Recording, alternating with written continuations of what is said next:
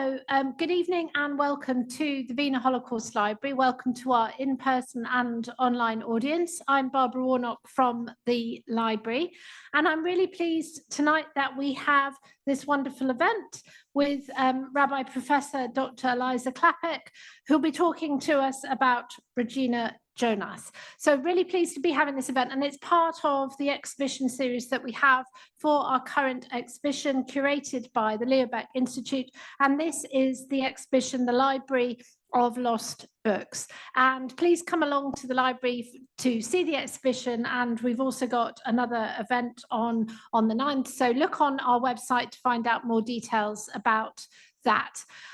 So this exhibition has been put together by Klapheck Institute, but it also features some items from the Wiener Holocaust Library's archival collections.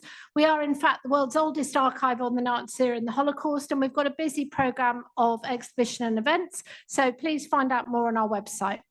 Just very quickly for for everyone actually, but particularly people in the room, a few words of housekeeping.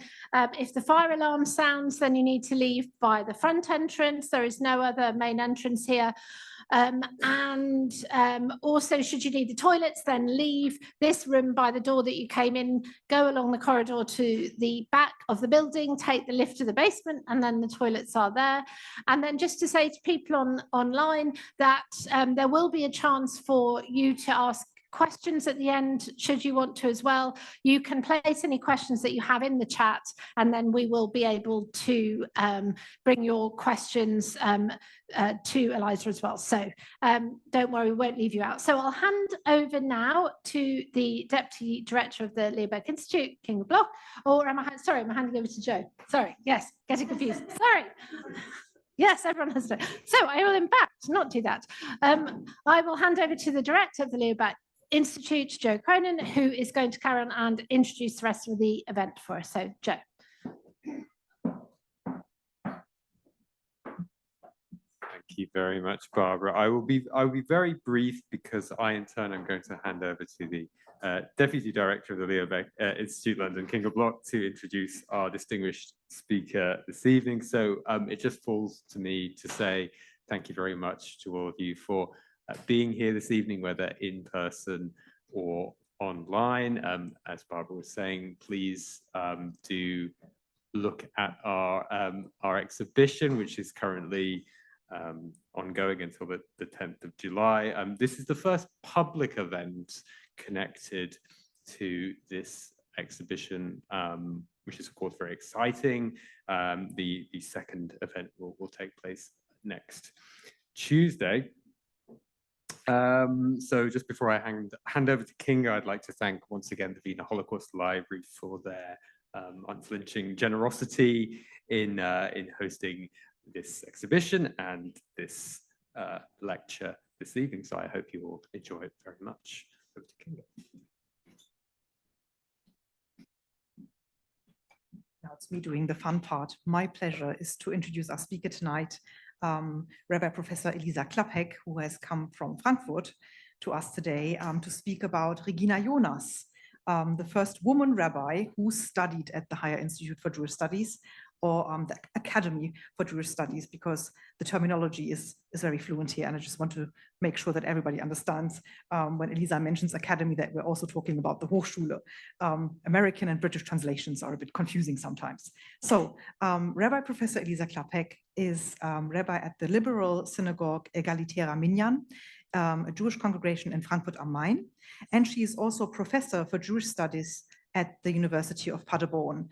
And you really all have to forgive me because we could actually talk the entire evening about Elisa Klapheck and still kind of have many hours to fill with her life and her achievements. So I cannot and I will not attempt to summarize her multi-layered achievements and her work in a short introduction here, but I would still like to mention some of her works nonetheless. And please forgive me if I omit anything, Elisa. There will be time to have a conversation with you after the lecture to go into greater depth. So Elisa Klapheck is involved in rabbinical and religious debates in Germany. She is also a journalist by training and profession, and she's also done a lot of academic work. So these are already 3 pillars that are quite a broad range of skills. Since the 1990s, she's involved in debates about the renewal of Jewish religious practice and tradition, and her activities are, amongst others, linked to one of the visually most iconic synagogues in Berlin. She was the co-founder of the liberal synagogue Oranienburger Straße in Berlin, and anyone who's been to Berlin and wanted to see a synagogue certainly went there in central Berlin, which is also very close to the original building of the Hochschule, the Higher Institute for Jewish Studies. Elisa Klapheck is engaged in the discourse about feminism and religion as well, and in 1999, for example, she was the driving force behind the foundation of the Jewish feminist organization Bet Deborah, which is the first, and she organized there the first conference of women rabbis, cantors, and scholars that has ever since taken place in many different cities all over Europe, but originally started in Berlin. Elisa Klapheck herself was ordained in 2004 and moved to the Netherlands thereafter, where she worked in Amsterdam from 2005 to 2009 and became the first woman rabbi in the Netherlands at the House of Renewal, and I'm going to save you with my really bad attempt to speak Hebrew, but the Beit HaChidush. Thank you very much, Elisa. An independent, modern, progressive Jewish community. In 2009, she returned to Germany and is rabbi to the egalitarian minyan in Frankfurt, as I said. Amongst other topics, Elisa Klapheck is involved in the engagement with Talmudic and rabbinical texts in the context of contemporary socio-political issues, fostering a new dialogue between religion and politics. She's also a member of a wide range of organizations, such as the General Rabbinical Conference in Germany, and an associate member of the Rabbinic Board of Liberal Judaism in Great Britain. She studied politics and journalism and commenced her career as a journalist for daily papers such as Der Tagesspiegel and Die Tageszeitung, as well as on radio and TV. And in 1997, she became press relations officer to the Jüdische Gemeinde zu Berlin. She was also the editor of the paper Jüdisches Berlin, Jewish Berlin, and until today, she continues to share her insights in the press with contributions that include rabbinical commentaries for the Jüdische Allgemeine Zeitung and on public radio. And I promise I won't keep you much longer, but I still have to talk about her academic achievements. She passed her doctorate in 2012, working on the Jewish religious philosopher Margarete Sussmann, and her thesis was published under the title Margarete Sussmann und ihr jüdischer Beitrag zur politischen Philosophie. And I'll just translate a bit wonky now, Margarete Sussmann and her Jewish contribution to political philosophy. I would like to also name 3 other publications of Elisa Klapheck, who is now a professor of comparative Jewish studies at the University of Paderborn. The first one is, of course, the one why we're all here. Fräulein Regina Jonas, Can a Woman Hold Rabbinical Office, or in German, Kann die Frau das rabbinische Amt bekleiden, published initially in 1999, and then followed by an English translation that also contains the halachic treatise that Regina Jonas wrote, which is a very interesting piece to read. And another favorite of mine, and you have to forgive me, it's just a personal selection now, Berta Pappenheim's Prayers, that we have also featured in our snapshots on German Jewish history and culture. And a personal book, and I have to translate again because it's not available in English yet as far as I'm aware. So this is how I became a rabbi, Jewish Herausforderungen, challenges in the here and now, thank you, that was published in 2005. And you can tell this is just a little glimpse of what Elisa Klapheck has been doing. And we're very happy to have her here. And I will stop now because otherwise I get totally carried away and you think I'm like a total fangirl or something absurd like that, which I definitely am. But I'm very delighted to hand over now to hear more about Regina Jonas. Elisa.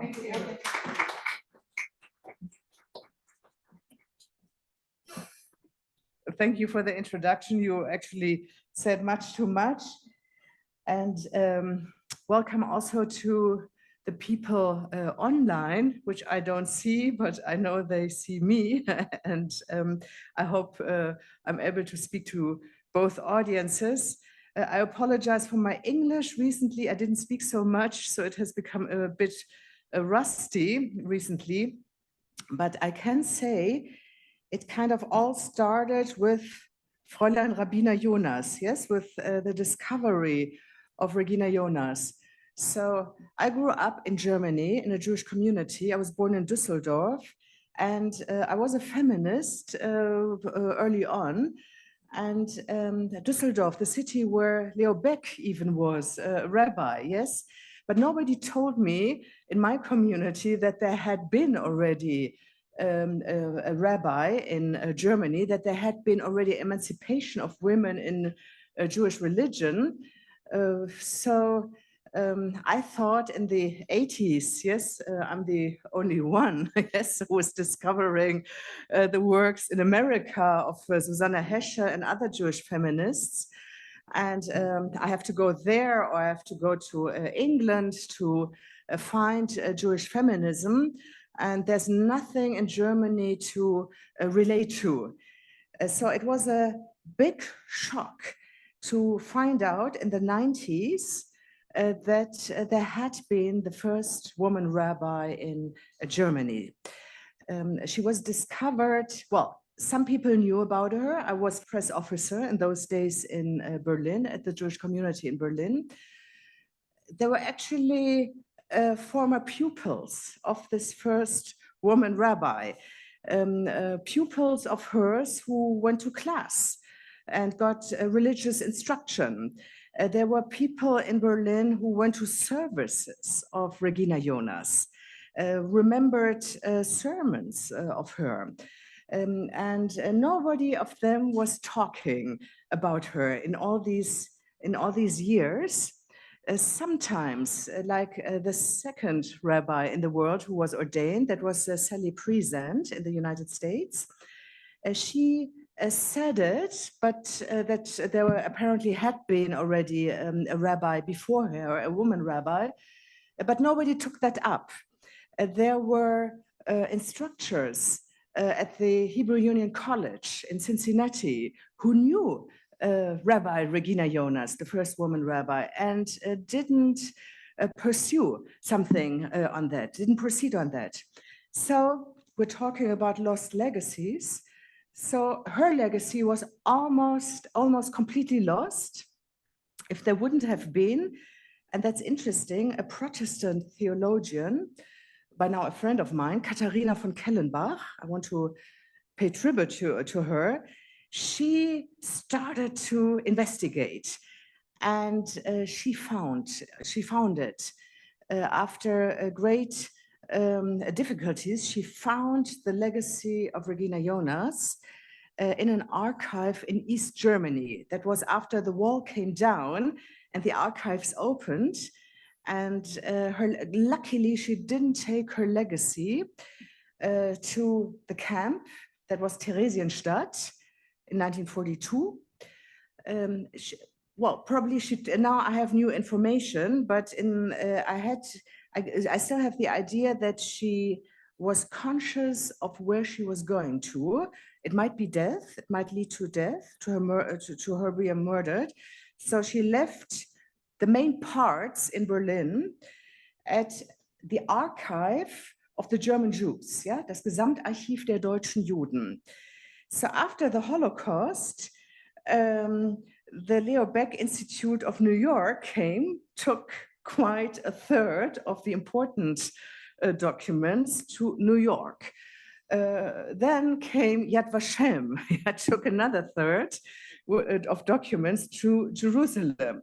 And the rest, which was not considered to be so important, was left in Germany and happened to be in 1989 in Coswig, a small town in East Germany. And there, Katharina found the legacy, yes, the maps with all the material. Well, from there, she wrote a first article on it, and I read her article, yes, in something like 1993, 94. I heard for the first time about Regina Jonas, the first woman rabbi in world history. Yes, she was ordained 1935 by Max Dienemann, a famous liberal rabbi.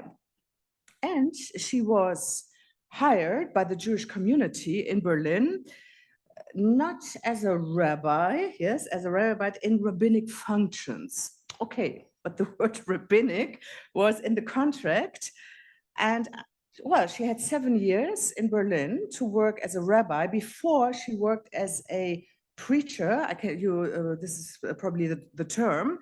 Yes, she delivered sermons in the synagogue of the Jewish hospital and other maybe second-rate places, but she was there definitively on the map. She wrote articles on Jewish religious topics. And so she had 7 years in Berlin. And from what it appears is that when she was deported, yes, to Theresienstadt, the camp, the ghetto, she worked there as a rabbi too. She was not accepted by the Orthodox rabbinate of Theresienstadt, but there was a man. Theresienstadt was known for its cultural program. Yeah, it was made as a ghetto. It was a mixture of a camp and a ghetto. It's not clear what is the proper term nowadays, to call it a ghetto or to call it a concentration camp. It was a city with a kind of autonomous administration done by Jews, yeah, by the Ältestenrat.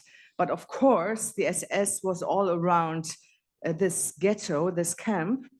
And but Regina being there was part of the cultural program, and she was also working together with Viktor Frankl, the famous psychologist, and so she was part of the administration, maybe, well, part of those who had a system of resistance, resilience against suicide, against the presence of death everywhere. And well, there's one man, Philip Manes, who set up the cultural program. And unfortunately, he was also killed in Auschwitz, but he wrote a kind of diary in Theresienstadt, and he described when she came to Theresienstadt, and they had a woman rabbi, and the first Hanukkah celebration, for example, was led by Regina Jonas. She lit the first candle, and he described her until 1944. We have the 80th anniversary of her deportation to Auschwitz in 1944, when all the trains went from Theresienstadt to Auschwitz-Birkenau. And Regina was in Theresienstadt with her mother. Both were deported to Auschwitz, and they were murdered immediately after their arrival in 1944. But still, from 1935 and that terrible time to 1944, these were the years when she was well, working, being active, showing herself as a rabbi, and even in the list of deportation, it is written rabbinerin with a profession, and there's a list of activities which she did in Theresienstadt. In the archive, you can find it today. 4 papers of, for example, lectures which she held in Theresienstadt as a rabbi, and a whole sermon of hers, and she signed it Rabbinerin Regina Jonas. For me, it's very interesting. It's Rabbinerin, female, yes. It's also not clear in German whether you say Rabbiner as the title, Doctor, Rabbiner, Professor, or nowadays it becomes more and more common to say also Professorin, Doktorin, but she signed mostly Rabbiner, also her stamp. Yeah, do we say that? The stamp says Rabbiner Regina Sarah, the name Jewish women had to take on, Rabbiner Regina Sarah Jonas, but this last signature of hers in her life was Rabbinerin, Regina Jonas, früher Berlin, formerly Berlin. So she was born in 1902 in Berlin, not into a wealthy family, on the contrary, well, not a very poor family, but her father called himself a businessman, yeah, Kaufmann. Yeah, with he might have had a shop, more, you know, a cellar shop. I don't know whether you had that in London, probably too, you know, in the basement, a basement shop. And she grew up in that environment in Berlin Mitte, Berlin Scheunenviertel, with many refugees, Jewish refugees from Eastern Europe. Also, the prostitution was there, and it was not the best area. There she had her first years. Her father died early, but it was probably more an Orthodox family with modern ideas. So the name Regina, yes, speaks probably a truth. She had a brother, Abraham, and he also became a religious instructor. Now, people told me, I even met a girl who, well, she was 90, the lady, but for me, she was a girl who went to school, went to the same class as Regina, who told me she already talked in school about becoming a rabbi one day. Well, that was something like 1911, yeah, before the First World War. And this lady said to me, well, in those days, we knew that something is going to happen. The suffrage, for example, will come, women will be able to vote. We knew, and also to be able to have a profession, to learn something. So, but everything was new. So if a woman or if a girl said, I want to become a doctor, it was just as much fantasy as if a girl said, well, I want to become a rabbi. Why not? Everything was fantasy, everything was possible.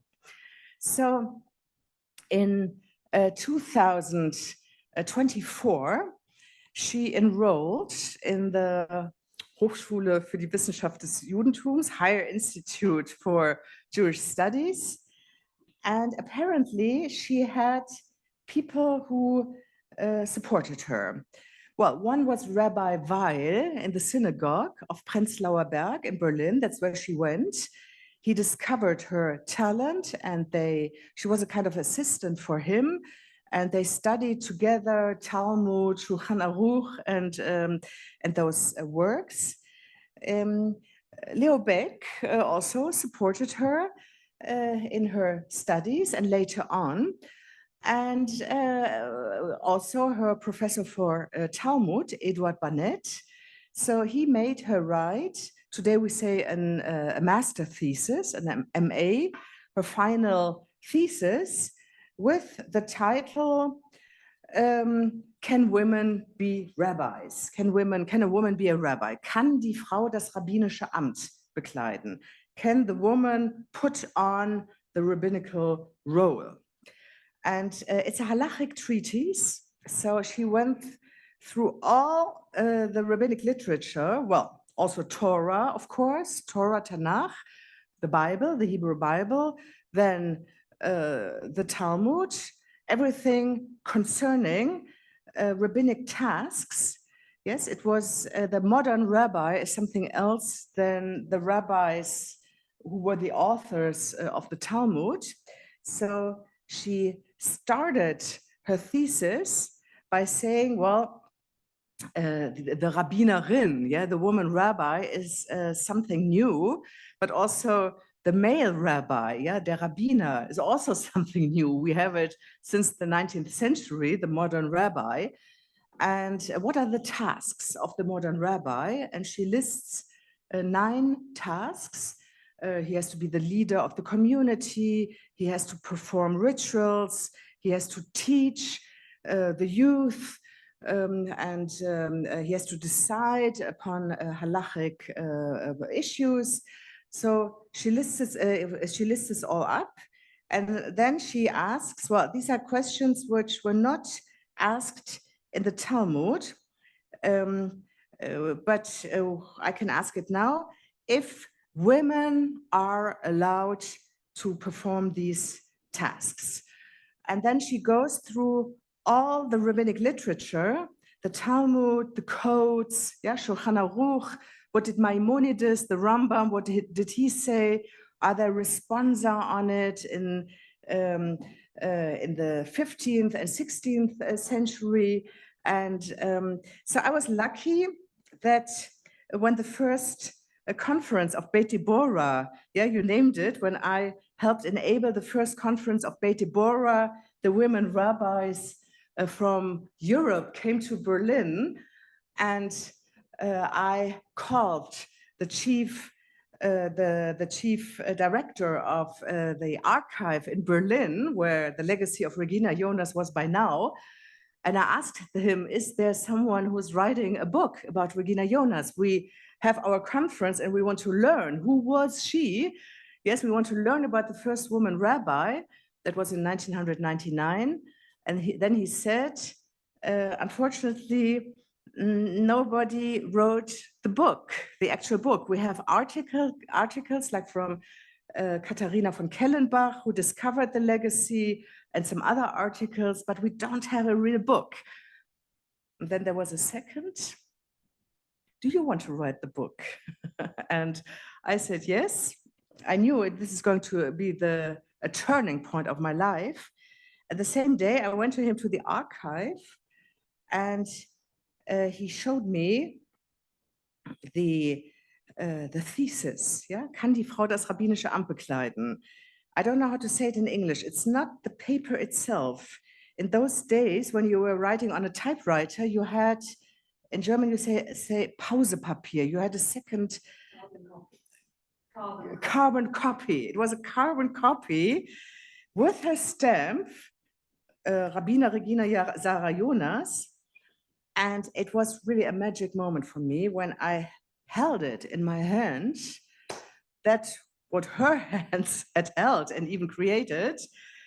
And well, I said it was a turning point in my life, and I was so privileged. I was allowed to live with it, to edit it, yes, and to live with her argumentation, because it was a real, you know, thorough, strict halachic argumentation. It was not just an opinion that in modern times women may be rabbis. No, she proved, yes, from the start, from the scratch, that nothing in the Torah, well, she said almost nothing, only prejudice in the Jewish tradition, yes, speaks against women being rabbis, women performing these functions of a rabbi. So I was living for quite a time with Regina Jonas being my teacher. Yeah, can women be rabbis? I heard her question, can you be a rabbi? There are enough journalists in the world, but women rabbis, we are still much too much a minority. So I learned from her how to argue, how to understand a rabbinic argumentation through all the rabbinic works. And she got for her thesis, good, yeah, that's good, yeah, great good. It's probably in the British grades a B, yes, it's quite good, yeah, a B, not an A. Maybe the professor thought, well, that topic shouldn't get an A, but a B, yes. So she must have been right in her argumentation. So unfortunately, he died, the professor who was probably also her mentor and supporting her to become a rabbi.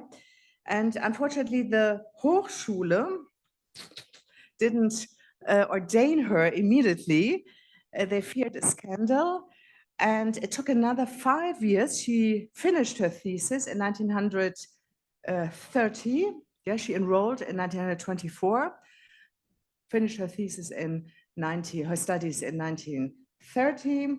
And 5 years later, Probably Leo Beck was the one who arranged it, but Max Dienemann took the final rabbinic exam from her and ordained her, wrote a smicha for her, that she is worthy, because that's the question, whether the woman is worthy, that she is worthy, according to her argumentation, to be a rabbi. He didn't really write that she is a rabbi, but that she deserves to be a rabbi. Okay, so you see, these were still the first steps of courageous men enabling a woman to enter their realm, their sphere. Yes, that's in short how she became a rabbi. I did research on her. I put ads into all the German Jewish newspapers worldwide, and around 40 people answered. They had testimonies, they had memories of Regina Jonas in Berlin when they were her pupils, young girls who were impressed by her. She must have been a fantastic teacher. Many former young girls told me, for example, she was very modern. She wrote a play where every pupil, it was a collage of the Jewish festivals, and every pupil was allowed to play a role in this play. And I met some former pupils of her who played a candle, one of the Hanukkah candles. And everyone had 4 lines to remember as the role, and those pupils still remembered their role, their 4 lines. It must have been very interesting. They were singing in the class, and they were dancing in the play. So all the pupils remembered the final dance with scarves. And the final moment was that the scarves fell into the shape of a Star of David and such things. She must have been a fantastic preacher also, talking 1.5 hours, keeping the audience, keeping the concentration of the audience, people who did forced labor, slave labor together with her. She went the same stations as all the German Jews went, who had stayed in Germany. So she also had to work forced labor in a factory. A man who was in that factory too told me, well, her synagogue was everywhere. She was talking all the time about religious topics. And even the SR guard was listening to her and fascinated how she could talk. So she was the rabbi for the moment, die Rabbinerin der Stunde. In German, that means she was just the right person to talk to the people, to lift up their spirits. And I could see it also in the letters which are in her legacy, where people say thank you for a sermon and for the way she acted in Berlin in those days. And someone said to me, and probably even stronger in Theresienstadt.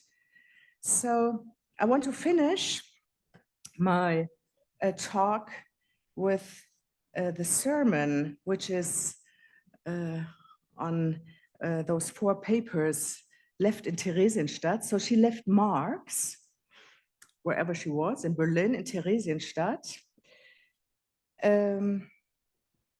And yeah, I can see it from her legacy. She wanted to be discovered as the historical person with her historical legacy she had to give to a next generation. So I felt it all the time that she was leaving marks. And so for the English edition, I wrote an introduction that she had stayed in Germany. So that was, for me, growing up in Germany, always a moment of, being a Jew in Germany felt also being connected with an inferiority complex. You are here in Germany, what are you doing here? But some people have to stay, yes, and rebuild. So the fact that she stayed and didn't go somewhere else and was there with her people was a very strong message. Also for me, speaking over the abyss to a younger generation, discovering her and saying, well, she was murdered, but she became my teacher anyhow. And now I think there's a whole new generation of women rabbis, and they can all relate to her. And she made it possible that her legacy is reaching over the abyss. So these were her words. Our Jewish people has been planted by God in history as being blessed. To be blessed by God means to bless, to do good, to be loyal to others wherever one goes in every situation. Humility before God, selfless, devoted love to his creatures, preserve the world. It is the task of all Israel to build these foundations for the world. Man and woman, woman and man are obligated as Jews to carry out this duty in equal measure. This ideal is served by our grave work at Theresienstadt, which puts us to the test as servants of God.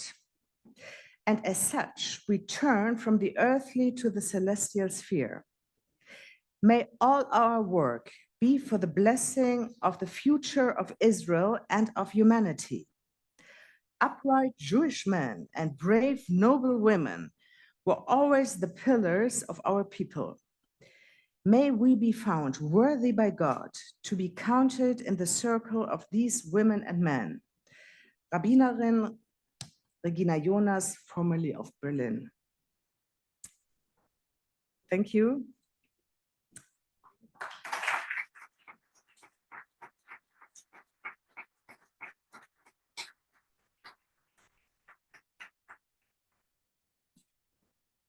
Thanks for that wonderful introduction.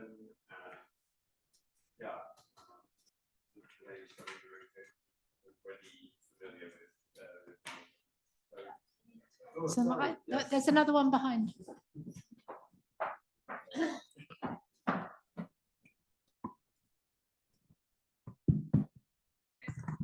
Apologies, Zoom audience, you probably couldn't hear me. I was just thanking Professor Rabbi Klapheck for a wonderful lecture, which was a fantastic introduction to the life and work of Regina Jonas.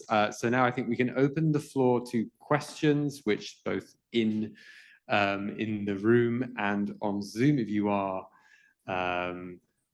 watching on Zoom, I think you can either type your question, or is that the easiest way? Yes, yeah. If people online would like to type questions, and then I can place them. Perfect. Okay. Thank you for a fascinating talk. It's always really inspiring to hear about research that recovers people who might otherwise be forgotten to history. I was wondering if you could perhaps reflect on some of the things that have happened now that there is more knowledge thanks to your work about Regina Jonas. Some of us may have seen the documentary film that was about her life that was shown as part of the LBI's film club. So like what have people been doing now with this information that they have about her life? What sort of reception has she had since your scholarship? Thank you. So there's the film of Diana Groh, the Hungarian film director. There are at least 2 graphic novels, one made by an Israeli graphic novelist, Rifkin, I think is her name. And then in Berlin, or in Germany, Elke Steiner. Then there are some children books, at least 2 on Regina Jonas. And I heard there's a French novel in which she appears. And an opera, I think, in Australia was composed also on Regina Jonas. So I think it's very different what people, what is important for the people. But she had this message. It's a feminist message that you have to act according to your potential. And she was strong on that. Yes, people told me that if you didn't let her in the room by the door, she climbed through the window. So people said to me, well, she wouldn't, well, she was only a rabbi because there was a shortage of rabbis in Germany. That's the only reason why the rabbinate let it happen. But I'm sure she would have become a rabbi too in the 50s, maybe at Leo Baeck College or so. She was very outspoken on that. So I think she has a universal message to everybody, to live your God-given potential and not to sacrifice that. And she's speaking to all the women, but probably also to all the men. And that's probably why she is so speaking to this new generation.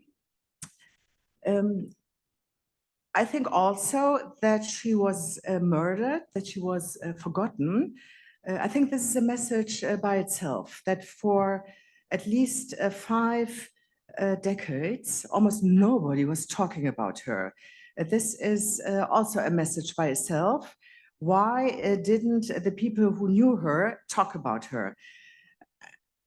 It's still a mystery. You can say, okay, women are often forgotten. Yes, that's how it went in history. But I think there's more to say about that. Why was Regina Jonas put down and purposely forgotten? I even heard people who knew her who said she should be forgotten. All what she did was forbidden, and she should be forgotten. And that's an interesting message. So she had something, how she understood Judaism in a way that it was challenging. Yes, and I think this is a very speaking to our generation today, to stick to it and not step to the side.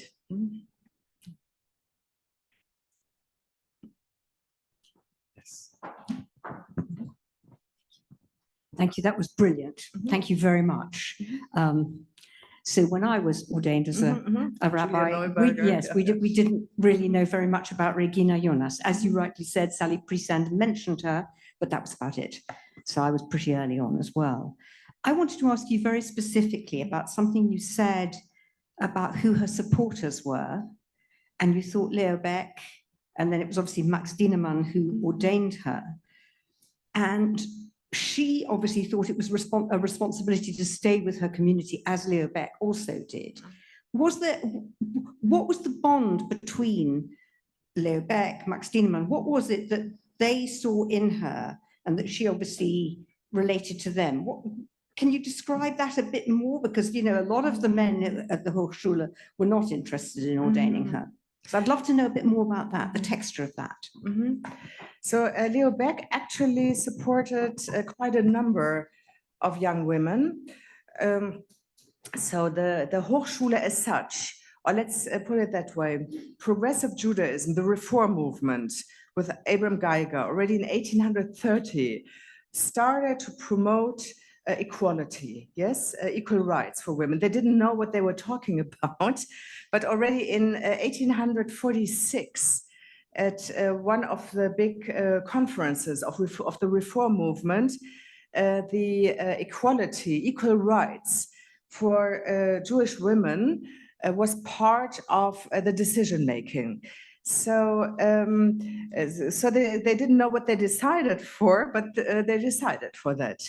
It took almost another, not 100 years, but 80 years or so until Regina Jonas was ordained. But there were numerous rabbis actually for it, without knowing what this means. Yeah, and so Leo Baeck. So at the Hochschule, women were allowed as guest visitors in the beginning, and then pretty early already as students, but not to become rabbis, but to become religious instructors, academically trained religious instructors.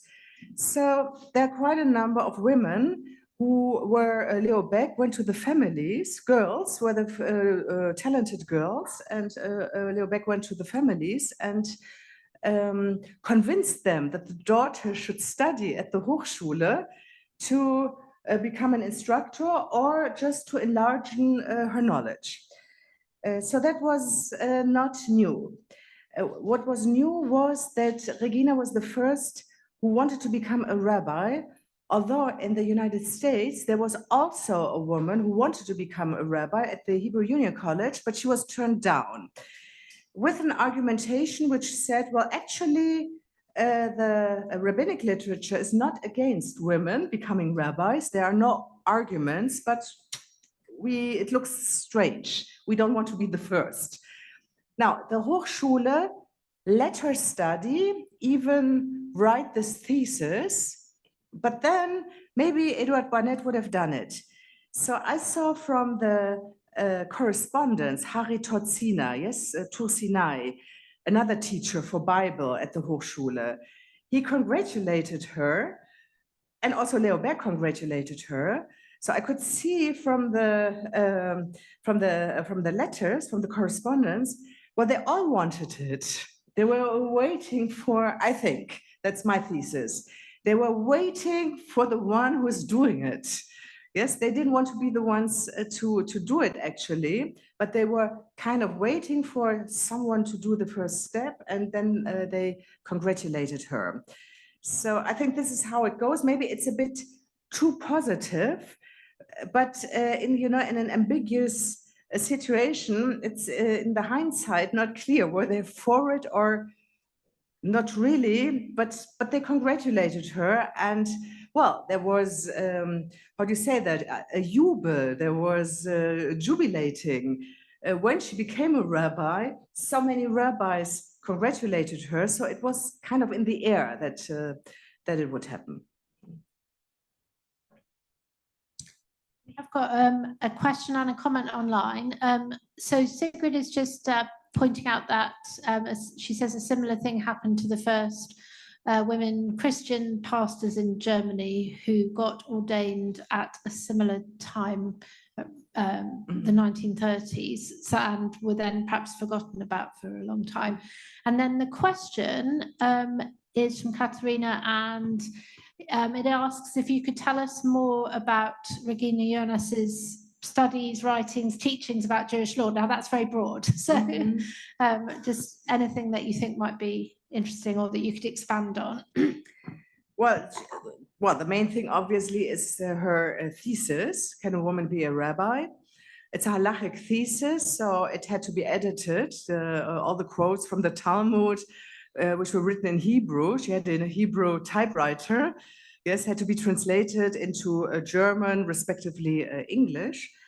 And but she also wrote articles in the newspapers, the Jewish newspaper of those days.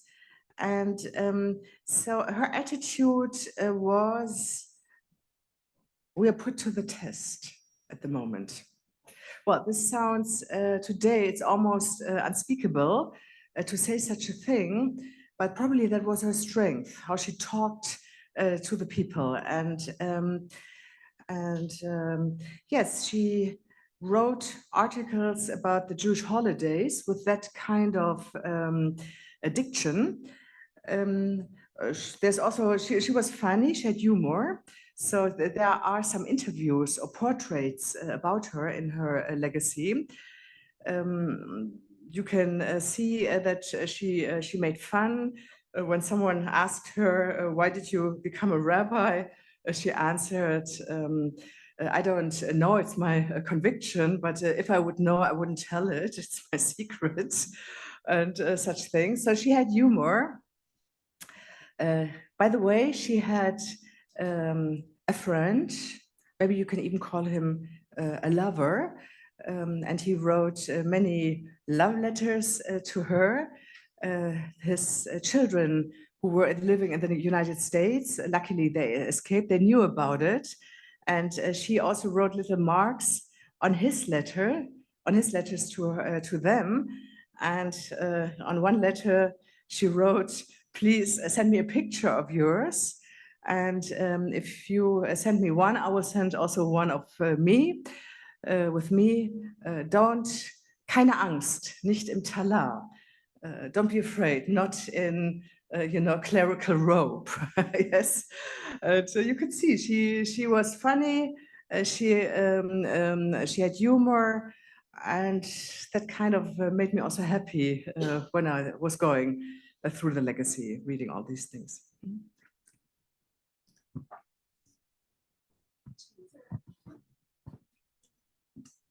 Thank you very much for your presentation.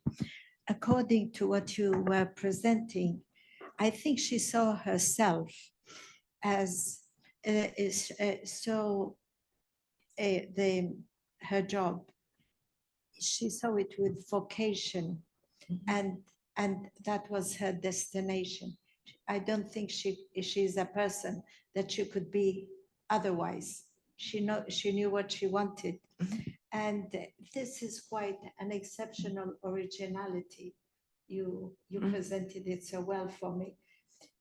At that time, there were many Jewish psychoanalysts delved also with Freud.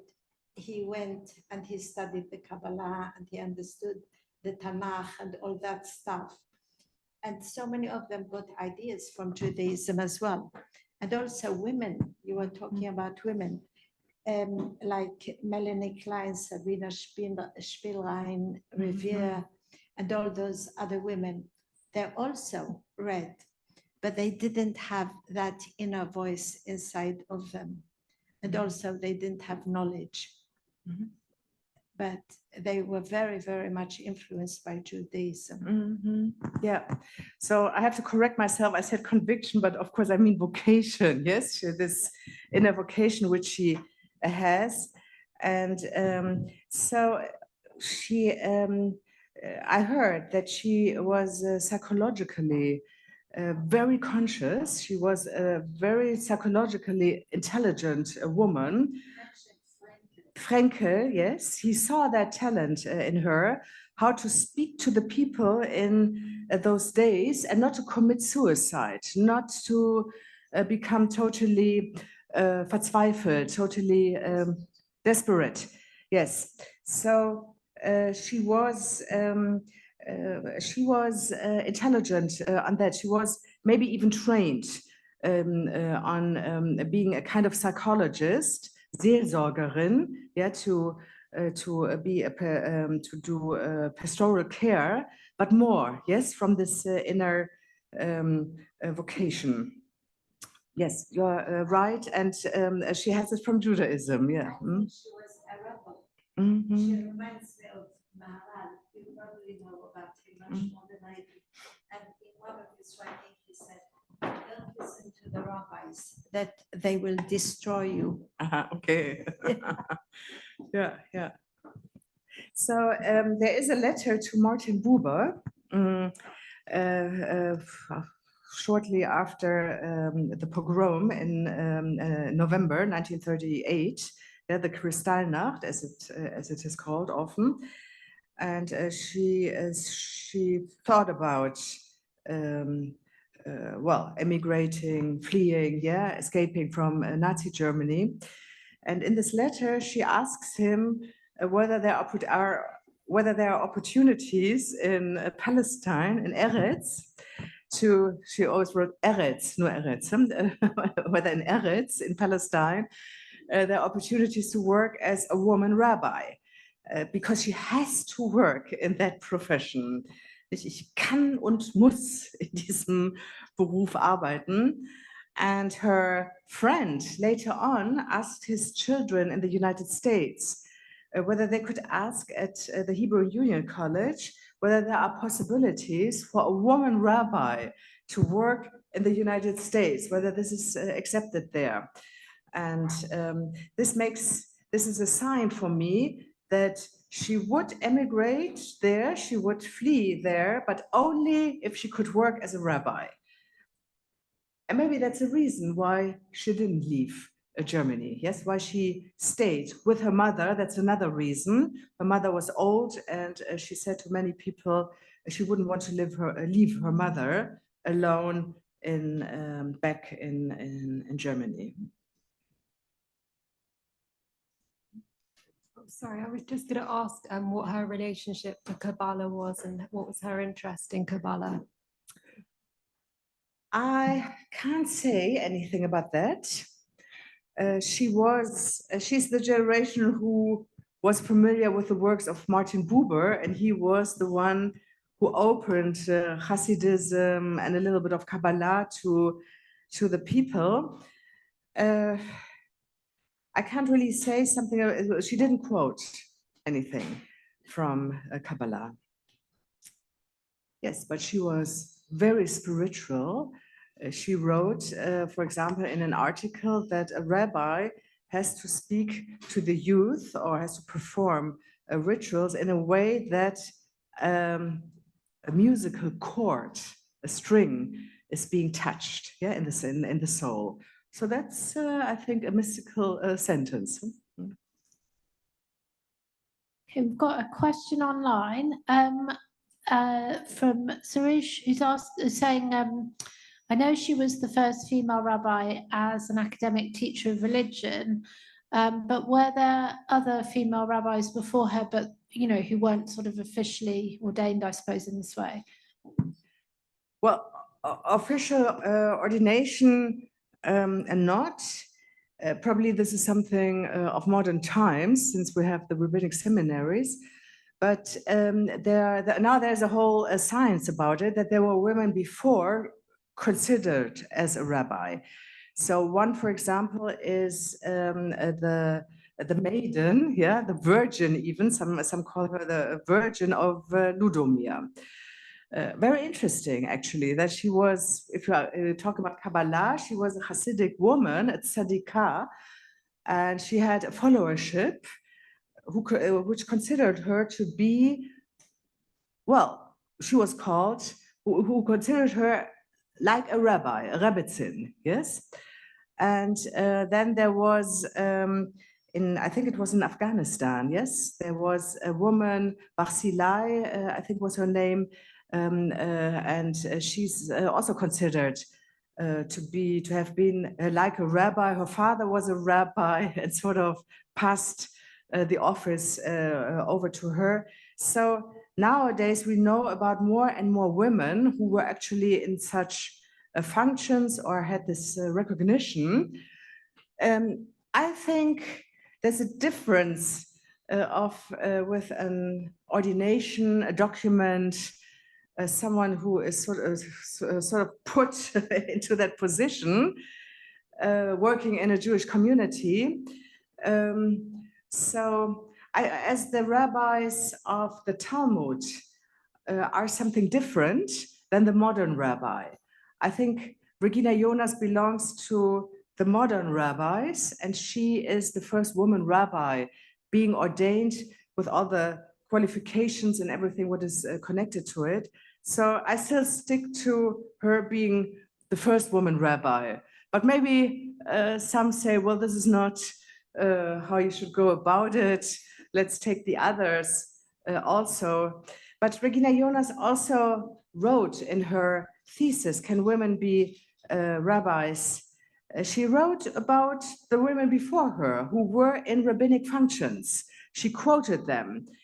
She said, well, I'm the first one who once officially had this title, but I'm not the first one who performed rabbinic functions. So it is a bit ambiguous to talk about the first, who's the first. Very often when you start with someone who's the first, it turns out, well, there were others before. But she became an icon, and I think we should keep her an icon. To have her who started this tradition of modern women rabbis. Just a question asking where her papers and archives are held. Well, they're in Berlin and the Zentrum Judaicum. Well, they're also in Theresienstadt. The letter to Martin Buber is in the library in Israel. I think it's the National Library of Israel. So they're spread all over. And as the project here, if you find something of Regina Jonas, please put up your finger and tell me and others who are the experts that there is more information about Regina Jonas. Kinga and then Andreas. Yeah, I have actually, it's two questions just coming back to Regina Jonas as a presence. Could you say something about how she was perceived by the girls and how they felt about her? I mean, I know it because I've read it, but I think it would be nice to share with everyone.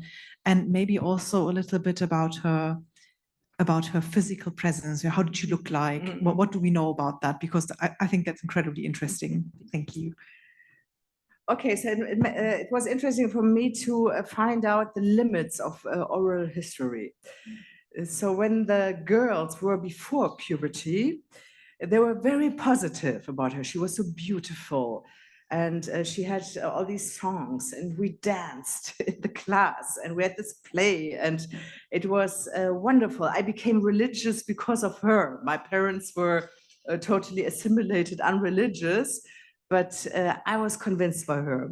So when the girls were older, beyond puberty or in puberty, they told me, well, she looked, well, her hair was standing in all directions. She was not interested in her clothes.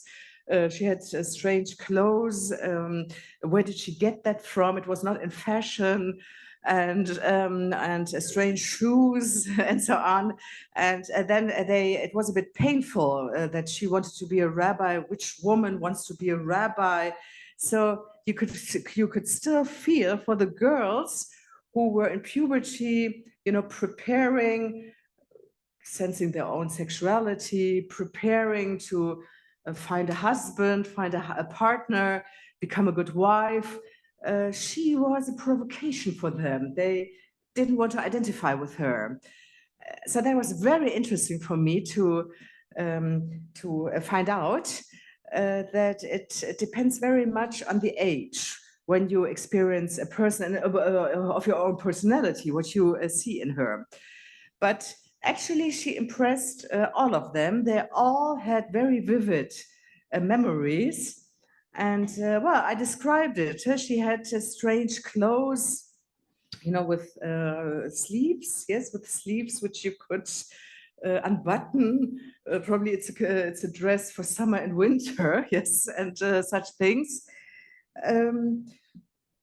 Yeah, I thought maybe her mother was sewing the clothes for her, and but that is fantasy. I don't know where she had her clothes from, but it's interesting that the girls saw these details of her. She didn't wear a talit.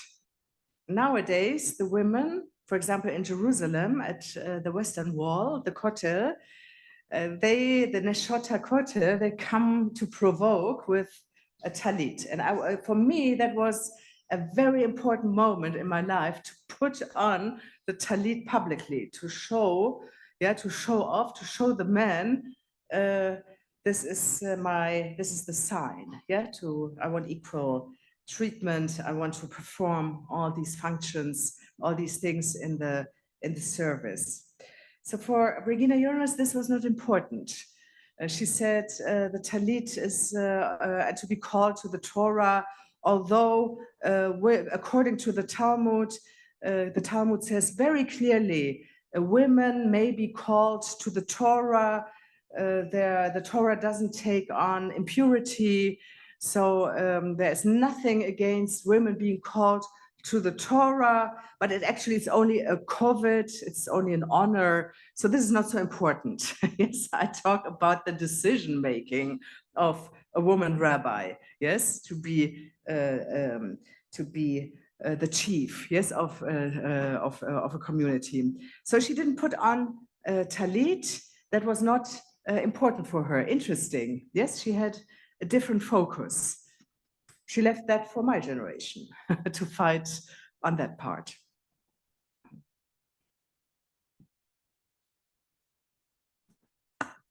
Mine is not a question, it's an observation, and it's not a coherent one at that, but it parallels the development of the first academic librarians in Berlin in the 1920s, when the first women are allowed to complete a PhD. There's this movement also with a new development of library classification systems, and which is very sort of intellectually eugenic and restrictive. Is when there's this decision to let the höhere Töchter to decide to let them become librarians, but not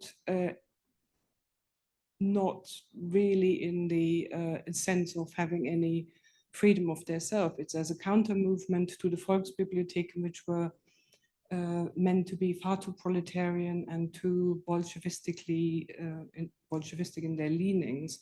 So there was this idea of, by the professors, to create a particular way of introducing women and use their talents to train them. And in order to do that, they went to, very much with these ideas of Otto Weininger, of not over-challenging them, they went, of all people, to Melville Dewey, to the Library of Congress, to ask him, how do we train women to give access to knowledge? And he advises them not to pay them too much, because that would make them giddy, and to not give them too much responsibility, but to give them responsibility so that they feel like custodians, but to keep a very clear eye on it. And it seems that quite a lot of women who's at the University of London, where, for example, there's the archive of Friedrich Gundolf, but his wife, Ellie Gundolf, nee Salomon, she joins in 1920s Berlin these movements for young Jewish women, and they're very militant and so forth. But then she, in the 30s, then becomes just the keeper of the flame of her husband's archive. And it's these female librarians which are then formed, and in the 1930s become the first female librarians, which are, it's quite a sinister way of how they're shaped to become exclusive rather than access to knowledge. So my observation is that I think there are two ways of where your study shows how somebody keeps those barriers down and or doesn't allow them to come up, whereas the way that librarians went or state libraries went was that this paved the way for the use of that knowledge to go in a very different direction. But she obviously never had an interest in becoming a librarian. No. But the interesting thing is that Martin Buber, which is part of a study that is currently done at the Institute, there's a beautiful picture of him when he starts his first book collecting club. And there's a poster of him, Ich bin bibliophil, which I think is a thing of beauty, because he then starts to collect knowledge in a different way, and he becomes a librarian first in Jerusalem. Hannah Arendt becomes a librarian. So I think that there is a connection between those two, but what it is, I do not know. So it's not a question, but maybe there is a connection between how to save and preserve that knowledge, as did librarians in concentration camps and in ghettos, and how rabbis did the same. So. Well, but she did become a librarian and exchanged on. Because of that. No condition. She became a librarian also. She collected the books after the Shoah. She came to Europe to do research on the what was left and to collect the books. In a way, you can say writing is also. In a way, you can say writing is also a form of archiving. So Regina Jonas put together quotes, from very distant literature, which would have been forgotten, but she put them together in her thesis, Can Women Be Rabbis? For example, she quoted from responsa literature. She found responsa in the 16th century and 17th century from Italy, where it was allowed that women could be shocheted, and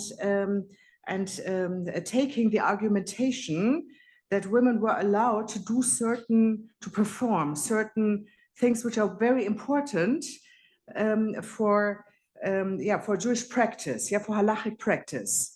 So in a way, she was also archiving such arguments. One could think about what is the art of writing? What is the art of rabbinic writing? I think Jacob Neusner has said that the Talmud is actually an archive of putting together all these traditions. Yes, and nowadays we have libraries, but how do you make a tradition? To pass it to a next generation. What is the legacy? What is the archive of all these writings? And in a way, you can say Regina Jonas made an archive of arguments for the woman in the rabbinate. So maybe that is the link here. Yeah. Because we've still got time. Yes.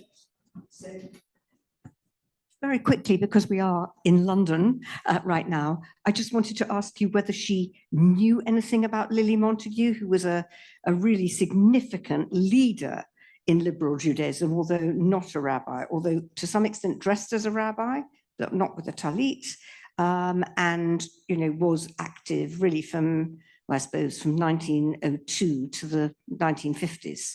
So Regina Jonas, if she'd known about what was going on in this country, might have known. She knew about Well, her. it would have been amazing if she hadn't. And also, Lily Montagu was involved in trying to get rabbis out of Germany and Austria.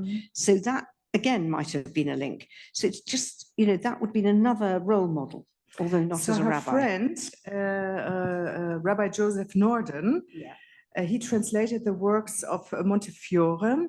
So I'm sure she knew about Lily Montagu, who worked together with Lord Montefiore.